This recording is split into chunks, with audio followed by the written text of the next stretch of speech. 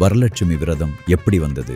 ஒரு பொண்ணோட கனவுல மகாலட்சுமியே வந்து எனக்காக இந்த விரதத்தை செய்யு சொன்னதாக ஒரு புராண கதை இருக்கு. அந்த பெண் யாருன்னு தெரியுமா? அவங்க பேரு சாருமதி. புராண மரபில் சொல்லப்படும் கதையின்படி சாருமதி தன் குடும்பத்தின் நலனுக்காகவும் செழிப்புக்காகவும் பக்தியோட இறைவனை வழிபட்டு வந்தாள்.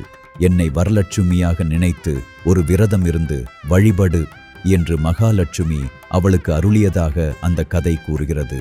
மறுநாள் காலை சாருமதி அந்த கனவை தன் கணவரிடமும் ஊரில் இருந்த மற்ற பெண்களிடமும் சொன்னாள்.